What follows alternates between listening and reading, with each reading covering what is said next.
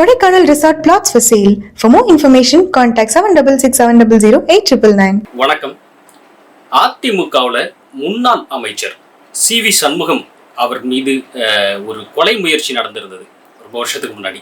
அந்த கொலை முயற்சியில சம்பந்தப்பட்ட ஒரு 15 பேர் இப்போது கோர்ட்டார் அவர்களால் விடுதலை செய்யப்பட்டிருக்காங்க.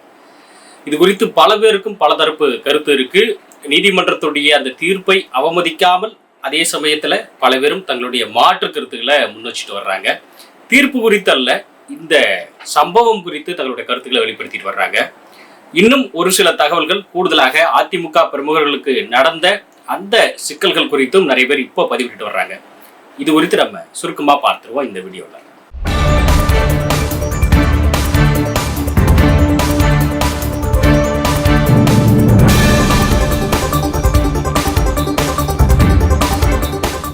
அதிமுகவுடைய முன்னாள் அமைச்சர் சி.வி. சண்முகம் கடந்த 2006 வருஷம் ரொம்பவே அதிமுக இருந்த அந்த ஒரு காலகட்டத்தில் ரொம்பவே ஆக்டிவா இருந்திருக்காரு. திண்டிவனத்துல இருக்கிற தன்னுடைய வீட்டுல அமர்ந்து ரொம்ப சகஜமா தன்னுடைய வீட்டுல இருந்துட்டு ரொம்ப இயல்பா ரிலாக்ஸா தன்னுடைய கட்சிக்காரங்க கூட இப்படி ஒரு சம்பவம் நடக்க போகுது, தன்னை கொலை பண்றதுக்கு அசால்ட் செய்யறதுக்கு ஒரு பெரிய குழுவினர் விரைந்து வரப்போறாங்க அப்படிங்கிறதெல்லாம் எந்த பதபதப்பும் எந்த படபடப்பும் எந்த பரபரப்பும் எந்த பதட்டமும் எதுவுமே இல்லாம ரொம்ப இயல்பா பேசிட்டு உட்காந்துட்டு இருந்த அந்த ஒரு சூழல்ல திடுதிப்புன்னு ஒரு பெரிய கும்பல் அவருடைய வீட்டை நோக்கி வருகிறாங்க, ஆயுதங்களோட வர்றாங்க. என்ன நடக்கிறது அப்படின்னே கொஞ்ச நேரத்துல புரியல அவங்களுக்கு. அதுலயுமே ஒரு சில பேர் சி.வி. சண்முகம் அவர்களை காப்பாற்றுவதற்கு முயற்சி செஞ்சாங்க. சி.வி. சண்முகம் உடனடியாக செஞ்ச செயல் காருக்கு அடியில உள்ள போயிட்டு மறைஞ்சு புகுந்துகிட்டாரு அப்படிங்கிறது செய்திகள்ல வரக்கூடிய தகவலா இருக்கு.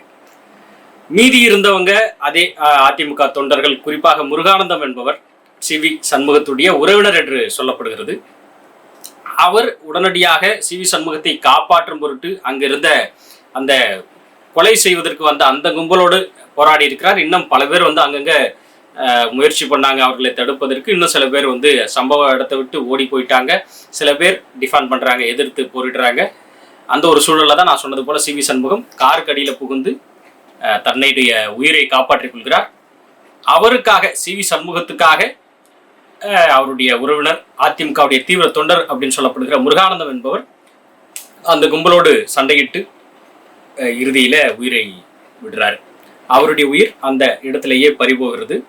இந்த கொலை முயற்சி அப்படிங்கிறது அந்த சமயத்தில் 2006 வருஷத்துல சி.வி. சண்முகம் கொலை முயற்சி, சி.வி. சண்முகம் கொலை வழக்கு அப்படின்னாலே ரொம்ப பிரபலமா பேசப்பட்டுக்கிட்டு இருக்கிற ஒரு வழக்குகள்ல அதுவும் ஒன்று. அதற்கு பிறகு இன்னும் நிறைய வழக்குகள் இப்போ வந்துருச்சு, அதையும் நம்ம இப்போ பேசுவோம். அதற்கு முன்பாக 2006 இந்த வழக்கு மிக தீவிரமாக பேசப்பட்டு வந்த பிரபலமான ஒரு வழக்கு. இந்த ஒரு வழக்குல தான் கொலை முயற்சி தொடர்பாக பாட்டாளி மக்கள் கட்சியை சேர்ந்த சீனிவாசன், கருணாநிதி, குமரவேல் பிரதீபன், குமார், சிவா அப்படின்னு சொல்லிட்டு ஒரு 20 பேர் கிட்டத்தட்ட இந்த வழக்குல குற்றம் சாட்டப்படுறாங்க, சிக்கிறாங்க. அவர்கள் மீது காவல் நிலையத்தில் வழக்கு பதிவு செய்யப்படுகிறது. சென்னை உயர்நீதிமன்ற உத்தரவின்படி இந்த வழக்கு கிட்டத்தட்ட 2011 சிபிஐக்கு இந்த வழக்கு விசாரணை மாற்றப்படுகிறது. சிபிஐக்கு மாற்றப்பட்டு தொடர்ந்து அவங்க விசாரிக்கிறாங்க. நான் முன்பே சொன்னது போல இந்த வழக்குல அந்த எதிர்த்தரப்பு அந்த 20 பேர் குற்றவாளிகள் அப்படின்னு சொல்லிட்டு முடிவு செய்யப்படுறாங்க இல்லையா, முதற்கட்டமா அல்லது விசாரிக்கப்படுறாங்க இல்லையா, அவங்க வேற யாரும் இல்ல, பாட்டாளி மக்கள் கட்சியை சேர்ந்தவர்கள் அப்படின்னு சொல்லி சொல்லப்படுகிறது. பாட்டாளி மக்கள் கட்சியை சேர்ந்த இவர்கள் எதற்காக அந்த பகுதியிலே இவர் சி.வி. சண்முகம் மீது இப்படி ஒரு கொலை முயற்சி தாக்குதலை நடத்த வேண்டும் அப்படிங்கிறது ஒரு கேள்வியாக இருக்கலாம். அந்த நேரத்துல 2006 இதெல்லாமே அரசியல் வட்டாரத்துல நிலவுகிற தகவல்கள் தான். அந்த இடத்துல 2006 வருஷத்துல எப்பவுமே திண்டிவனம் அப்படிங்கிறது பாமகவுடைய கோட்டையா அல்லது அதிமுகவுடைய கோட்டையா அப்படிங்கிற அந்த ஒரு டசல் போய்கிட்டு இருந்த அந்த ஒரு சமயம். அப்போ சி.வி. சண்முகம் மிக முக்கியமான கட்சி தலைவராக, அதுவும் தமிழ்நாட்டில் இரண்டாவது பெரும்பான்மை கட்சின்னு சொல்றதை விட 2 பெரும்பான்மை கட்சிகளில் ஒரு கட்சியாக, அதாவது திமுக அதிமுகவை சொல்றேன். அப்போ அந்த 2 பெரும்பான்மை கட்சிகள்ல ஒரு கட்சியாக அதிமுக எமர்ஜ் ஆகியிருக்கு. அந்த ஒரு சமயத்துல 2006 சி.வி. சண்முகம் அந்த அதிமுக கட்சியில மிக முக்கியமான பொறுப்புல இருக்கிறாரு. அவர் அந்த பாமகவுடைய அந்த கட்சிக்கு ஒரு போட்டியாக இருப்பார் அப்படின்னு சொல்லிட்டு பாட்டாளி மக்கள் கட்சியுடைய அபிமானிகளாக இருக்கக்கூடிய சிலரால் இந்த தாக்குதல் முயற்சி அப்படிங்கிறது, இந்த கொலை முயற்சி அப்படிங்கிறது மேற்கொள்ளப்பட்டது அப்படின்னு சொல்லிட்டு செய்திகள் சொல்லுது. இதற்கு பிறகு இந்த நான் சொன்னது போல இவர்கள் 20க்கும் மேற்பட்டோர் வந்து கைது செய்யப்படுறாங்க. அந்த 20 பேர் 20க்கும் மேற்பட்டோர்னு சொல்றதை விட ஷார்ப்பா 20 பேர், அந்த 20 பேர் குற்றம் சாட்டப்பட்டிருந்தாங்க. அவர்கள் மீதான வழக்கு விசாரணை நடந்து கொண்டிருந்தது. 2011 வழக்கு சிபிஐக்கு மாற்றப்படுகிறது. 2014 திண்டிவனம் மாவட்ட கூடுதல் அமர்வு நீதிமன்றம் ஒரு குற்றப்பத்திரிகையை தாக்கல் செய்கிறாங்க. இந்த வழக்குல பாட்டாளி மக்கள் கட்சியை சார்ந்தவர்கள் அப்படின்னு சொல்லி குறிப்பிடப்படுகிற அந்த 20 பேர் குற்றம் சாட்டப்பட்டிருந்தாங்க இல்லையா, அதுல 5 பேர் இப்போது உயிரோடு இல்லை. இந்த வழக்கு 2006 இருந்து கிட்டத்தட்ட இப்ப 2025, அடுத்த வருஷம் போனா 2026 அப்படின்னா பாத்துங்க எத்தனை வருஷம் அப்படின்னுட்டு. கிட்டத்தட்ட இந்த வழக்குல 20 பேர்ல ஒரு 5 பேர் இப்போது உயிருடனே இல்லை. அந்த அளவுக்கு இந்த வழக்கு இவ்வளவு காலமா நடந்துகிட்டு வரக்கூடிய ஒரு முக்கியமான வழக்கு. ஸோ இந்த வழக்குல தான் மீண்டும் விசாரணைகள் நடந்து கொண்டே வந்துகிட்டு இருந்தது. மீதி இருக்கிற அந்த 15 பேர் நான் சொல்றேன் இல்லைங்களா, அந்த 20 பேர்ல அந்த 15 பேர் மீதான விசாரணையாக தான் இது நடந்து கொண்டிருந்தது. அந்த வகையிலே ஜூன் 12ஆம் தேதி தீர்ப்பு வெளியிடப்படும் அப்படின்னு சொல்லிட்டு ஏற்கனவே பேசிட்டு இருந்தாங்க.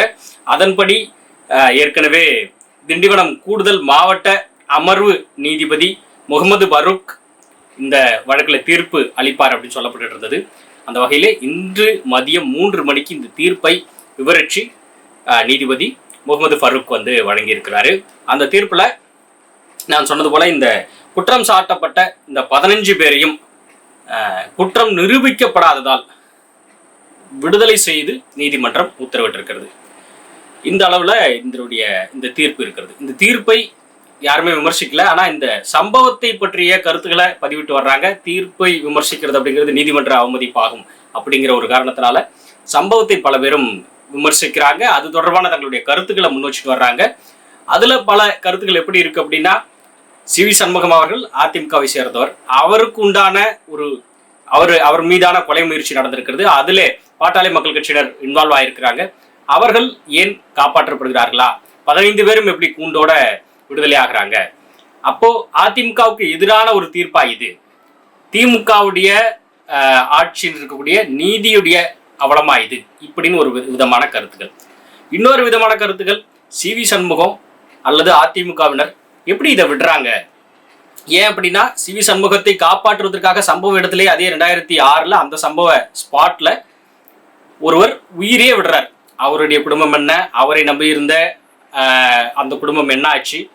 அப்போ ஒரு ஒரு உயிர்க்கான மதிப்பு, ஒருவர் ஒரு முக்கிய அமைச்சரை காப்பாற்றுவதற்காக உயிரை விட்டிருக்கிறாரு. அதற்குண்டான ஒரு நீதி நியாயமாவது கிடைக்கப்பெற வேண்டும் இல்லையா?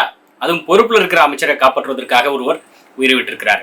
காருக்கடியில் சென்று புகுந்து கொண்டு தப்பிச்சுட்டாரு சி.வி. சண்முகம். ஆனால் அவருக்காக உயிரை விட்ட முருகானந்தம், அந்த நபருக்கு எந்த ஒரு நீதியும் இத்தனை ஆண்டுகள் கழித்தும் கிடைக்கப்பெறவில்லை. அப்போ வந்தவங்க யாரு? அந்த 15 பேரும் யாரு? அல்லது அந்த 20 பேரும் யாரு? அதுல 5 பேர் இறந்தும் போயிட்டாங்க. அப்போ யாரேனும் ஒருத்தருக்கு கூட தீர்ப்பு குற்றவாளி அப்படின்னு சொல்லிட்டு அளிக்கப்படலை, ஒருத்தருக்கு கூட தண்டனை வழங்கப்படலை. அப்படிங்கும்போது அந்த உயிரை விட்டதற்கான அந்த அர்த்தம் என்ன, அந்த மதிப்பு என்ன அப்படிங்கிறது பல பேர் தங்களுடைய குமுறலாக வைக்கிறாங்க. இதுல சி.வி. சண்முகம் உட்பட அதிமுக காரர்கள் இந்த விஷயத்துல பெருசா அக்கறை காட்டல. ஏதோ ஒரு வழக்கு அல்லது அது ஒரு கொலை முயற்சி, அதுல தப்பிச்சிட்டாங்க. அதன் பிறகு அவங்க வேலையை பார்க்கிறாங்க. சம்பந்தப்பட்டவர்களுடன் வேற வேற பாட்டாளி மக்கள் கட்சியினரா இந்த கொலை முயற்சியில் செஞ்சாலும் சரி, அந்த கட்சியினரோடு இவர்கள் இணக்கப்போக்கை கையாளுறாங்க. அதன் பிறகு சம்பந்தப்பட்ட முக்கிய பொறுப்பில் இருக்கிற அந்த தலைமைகள் எல்லாமே அவங்க ரொம்ப இணக்கமா இயல்பா இந்த விஷயங்களை மறந்துட்டு இயல்பா இருக்கிறாங்க. ஆனா இந்த பாதிக்கப்பட்டவர்கள் அல்லது இவருக்காக சி.வி. சண்முகத்தை காப்பாற்றுவதற்காக உயிரை விட்டவர்கள், இவர்களுக்கெல்லாம் தான் அந்த வழி தெரியும். குறிப்பாக இத்தனை ஆண்டுகள் கழிச்சும் அந்த கேஸ்ல ஒரு அமைச்சரை, பொறுப்புல இருந்த அமைச்சரை அசால்ட் பண்ண வந்த ஒரு மிகப்பெரிய கும்பல், அந்த கும்பல்ல இருந்து ஒருத்தர் கூட அதை செய்யலன்னு சொல்லி வரும்பொழுது, அப்போ செய்தது யார் அப்படிங்கிற கேள்விக்கும் விடை காணல. அப்படின்ற அளவுல இந்த வழக்கை இப்படி அவசரமா டக்குன்னு முடிச்சு விட்டாங்களே அப்படிங்கிற, இந்த முடிச்சு விட்டீங்க போங்க அப்படிங்கிற வகையில பேசுறாங்க. இன்னும் சில பேர் எடப்பாடி ஸ்டைல்லையே இத்தனை வருஷமா ஒரு கேஸ் நடந்து குற்றவாளி யாருமே இல்லை அப்படின்னு சொல்லி சொல்லும் பொழுது இதெல்லாம் என்னங்க அர்த்தம் அப்படின்னு எடப்பாடி ஸ்டைல்லையே பல பேர் கேட்குறாங்க. அப்போ இது அதிமுகவுக்கு இழைக்கப்படுகிறதா அல்லது அதிமுகவினரே இதில் சமரசம் செஞ்சுக்கிறாங்களா? குறிப்பாக சி.வி. சண்முகம் சமரசம் செய்து கொள்கிறார்களா? அவர் முன்னாள் அமைச்சராக இருந்தாலும் கூட இப்போது இந்த மாதிரியான கருத்துக்கள் வந்துகிட்டு இருக்கு. இந்த வழக்கோடு சேர்த்து இன்னும் 2 வழக்கை நினைவூட்ட வேண்டியதா இருக்குது. சேலம் கொண்டாளம்பட்டி அதிமுக பகுதியை சேர்ந்த இன்னொரு சண்முகம், அவர் அந்த பகுதியை சேர்ந்த அதிமுக செயலாளர் சண்முகம், அவரு அண்மையில வெட்டி கொல்லப்பட்டார். அது ரொம்ப பரபரப்பா பேசப்பட்டு இருந்த ஒரு செய்தி.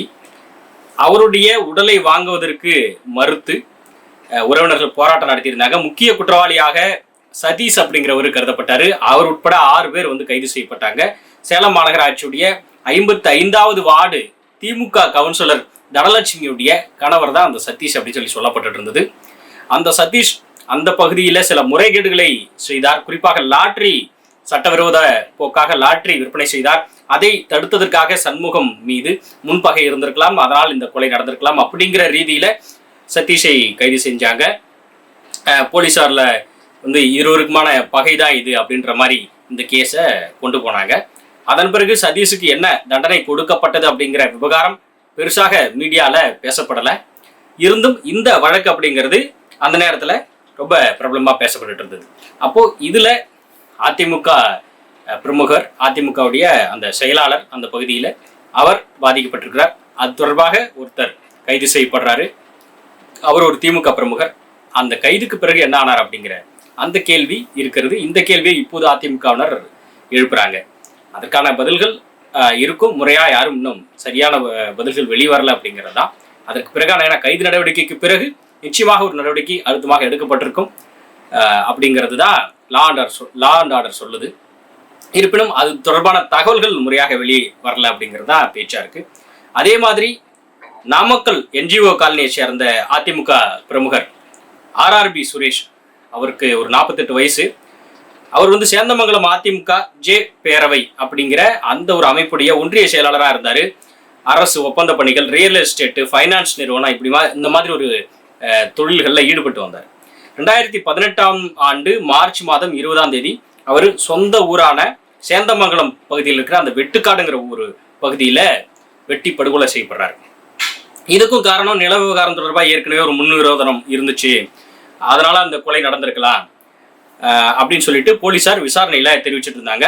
இந்த சம்பவம் தொடர்பாக சேந்தமங்கலம் மலை வேப்பங்குட்டையை சேர்ந்த விமல்குமார், அதே போன்று சேந்தமங்கலம் வெட்டுக்காடு பகுதியை சேர்ந்த அரசு பேருந்து ஓட்டுநர் சிவகுமார் ஆகிய 2 பேரை கைது செஞ்சாங்க. பேலுக்குறிச்சி காவல்துறை தான் இந்த கேஸை கையாண்டாங்க. அவங்க இந்த கேஸை டீல் பண்ணும்பொழுது இந்த வழக்கை நாமக்கல் மாவட்ட SC/ST சிறப்பு நீதிமன்றம் வன்கொடுமை தடுப்பு சட்டத்துக்கு கீழே இதை பதிவு செஞ்சு சிறப்பு நீதிமன்றத்தில் ஆஜர்படுத்துறாங்க. வழக்கு விசாரணை நிறைவடைஞ்ச அந்த ஒரு சமயத்தில் கடந்த மார்ச் மாதம் 2025 இதே வருடத்தில் மார்ச் மாதம் இந்த வழக்குக்கு ஒரு தீர்ப்பு அளிச்சிருந்தாங்க. அதன்படி இந்த வழக்கில் அதிமுக பிரமுகரை படுகொலை செய்த விமல்குமாருக்கும் அதே போன்ற அந்த பேருந்து ஓட்டுநர்னு சொல்றோம் இல்லையா சிவகுமார், இவங்கெல்லாம் வந்து இதுல குற்றவாளிகள் அப்படின்னு சொல்லிட்டு தீர்ப்பளிச்சாங்க. தீர்ப்பளிச்சு விமல்குமாருக்கு ஆயுள் தண்டனை மற்றும் 20,500 ரூபாய் அபராதம் விதிக்கப்பட்டுச்சு. அதே போன்று அரசு பேருந்து ஓட்டுநர் சிவகுமார், அவருக்கு கடந்த 2019ஆம் ஆண்டு ஜனவரி மாதம் 25ஆம் தேதி அவர் உயிரிழந்துட்டார். ஸோ இந்த கேஸில் சம்மந்தப்பட்ட சிவகுமார் உயிரிழந்துட்டார். விமல்குமாருக்கு தண்டனை கொடுக்கப்பட்டிருந்தது, ஆயுள் தண்டனை கொடுக்கப்பட்டது. அப்போ இந்த வழக்கில் ஏதோ ஒரு வகையில் முறையாக தண்டனை கொடுக்கப்பட்டிருக்கிறது. ஆனால் மொத்தமாக அதிமுக பிரமுகர்கள் மீதான இந்த தாக்குதல் சம்பவங்கள், கொலை முயற்சி, இது போன்ற விஷயங்கள்ல இப்படி 3 கேஸ் இப்போது பேசப்படுகிறது. இந்த 3 வழக்குகளில் வெவ்வேறு விஷயங்கள் நடந்திருக்கிறது. நான் மீண்டும் ஒரு முறை அவசரமாக நினைவூட்டினா, இந்த நாமக்கல் என்ஜிஓ காலனியை சேர்ந்த அந்த ஆர்ஆர்பி சுரேஷ், அவருடைய வழக்கில் கைதான விமல்குமாருக்கு ஆயுள் தண்டனை கொடுக்கப்பட்டது. இது இந்த வருஷம் மார்ச் மாதம் கொடுத்தாங்க. கேஸ் நடந்தது 2018ஆவது வருஷம். அதே போன்று சேலம் கொண்டாளப்பட்டி அதிமுக பகுதியை சேர்ந்த அந்த சண்முகம், அவர் வெட்டி படுகொலை செய்யப்பட்ட அந்த விஷயத்துல சதீஷ்ங்கிற திமுக பிரமுகர் கைது செய்யப்படுறாரு. அவர் உட்பட ஒரு 6 பேரை கைது செய்யறாங்க. அந்த வழக்கு கைதுக்கு பிறகு என்ன அப்படிங்கிற அப்டேஷன் இல்லை. அதே போன்று CV சண்முகம் 2006 நடந்த அந்த வழக்கு, பாட்டாளி மக்கள் கட்சியினர் சேர்ந்த 20 பேர் வந்து கும்பலா வந்து கொலை செய்ய ஒரு முயற்சி செஞ்சிருக்கிறாங்க. அந்த முயற்சியில அவர் காப்பாற்றப்பட்டு காருக்கடியில அவரே புகுந்து தப்பிக்கிறாரு. அவருடைய உயிர் காப்பாற்றப்படுகிறது. ஆனால் அவருடைய உறவினர் அதிமுக தொண்டர் முருகானந்தம் அதில் அவர்களோட சண்டையிட்டு உயிரை எடுக்கிறார். இந்த வழக்கில் 15 பேர், ஒரு 20 பேர் கைதாகி இருக்கிறாங்க, குற்றம் சாட்டப்பட்டிருக்கிறாங்க. அதனால் அதில் 5 பேர் உயிரிழந்த பிறகு மீதி 15 பேர் மீதான விசாரணை நடந்து கொண்டு வந்துட்டு இருந்தது. இதில் 15 பேரும் இப்போது குற்றம் நிரூபிக்கப்படாததால் விடுதலை செய்யப்பட்டிருக்கிறார்கள். இப்படி 3 வழக்குகளும் 3 வெவ்வேறு பரிமாணங்களில் இருப்பது குறித்து இப்போது பல பேரும் பேசிட்டு இருக்கிறாங்க. உங்களுடைய கருத்துக்கள் என்ன அப்படிங்கிறத எங்களோட பகிர்ந்துக்குங்க.